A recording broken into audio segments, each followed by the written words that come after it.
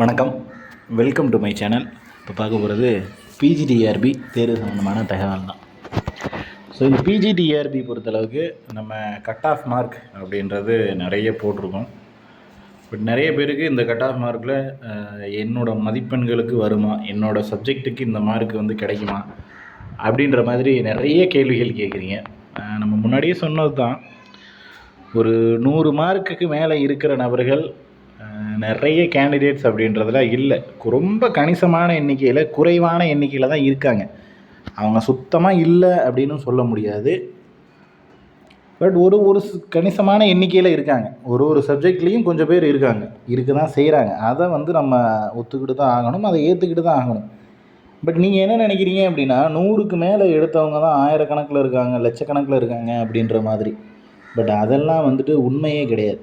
100க்கு மேலே இருக்கிற நபர்கள் அப்படின்னு பார்த்தீங்கன்னா, மொத்தமாகவே ஒரு 500 பேர் இருப்பாங்கன்னு வச்சுக்கிங்க.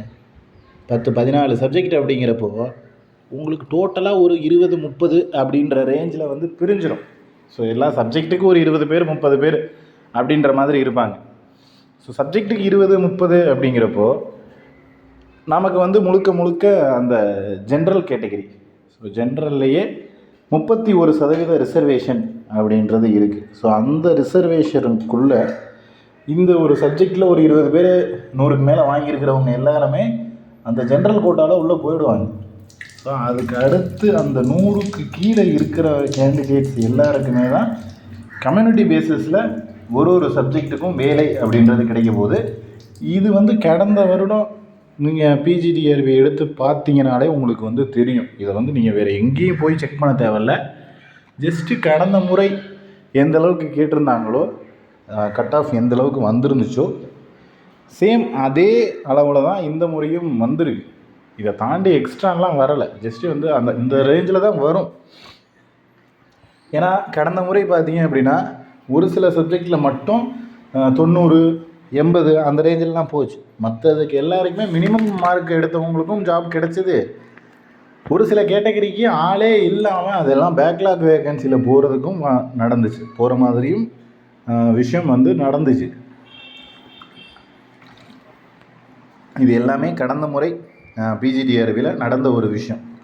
இப்போ வந்து பேக்லாக் வேகன்சியில் எத்தனை வேக்கன்ட் கொடுத்துருக்காங்களோ, அதில் என்னென்ன சப்ஜெக்டு வந்திருக்கோ, என்னென்ன கேட்டகரி வந்திருக்கோ, அவங்க எல்லாருமே கடந்த முறை ஆளே இல்லை, அதாவது குவாலிஃபிகேஷன் மார்க் வாங்கின நபர்கள் கூட அந்த இடத்துல இல்லை.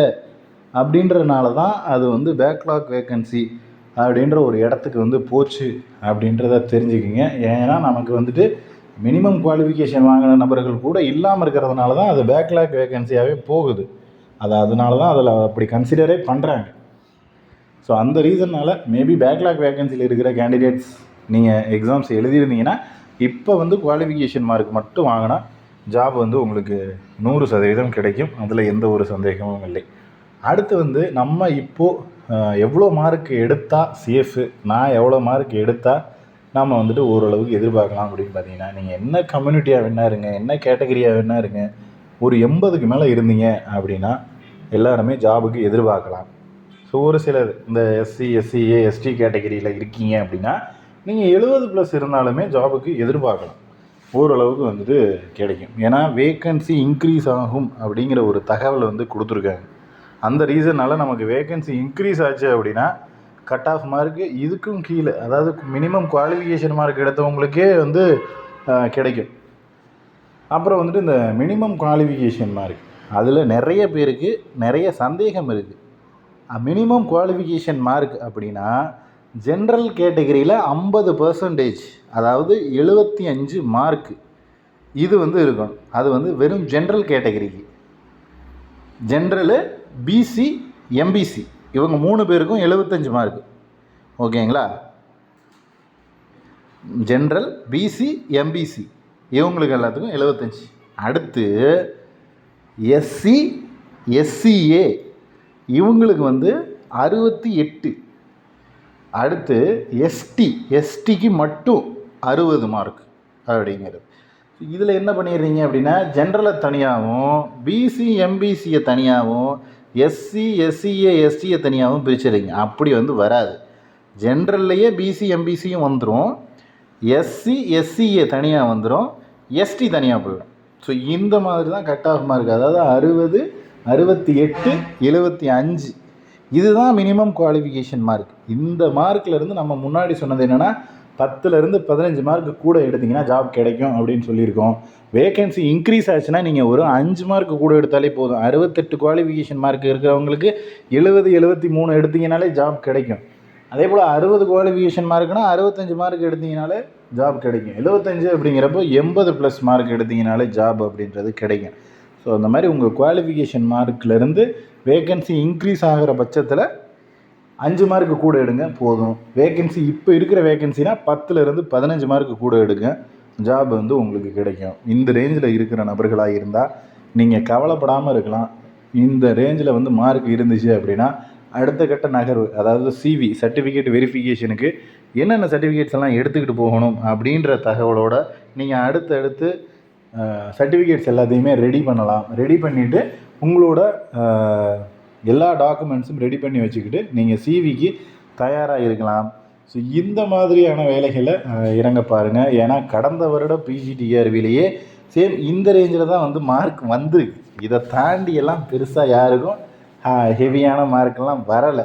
ஸோ அதனால் நீங்கள் தைரியமாக இருக்கலாம். இந்த மார்க் எடுத்திருந்தீங்க அப்படின்னாலே போதும். 10 to 15 அப்படின்றது வேகன்சி இன்க்ரீஸ் ஆகிறதுக்கு முன்பு வெறும் 5 மதிப்பெண்கள் அப்படிங்கிறது. இதுக்கப்புறம் வேகன்சி இன்க்ரீஸ் ஆச்சு அப்படின்னா 5.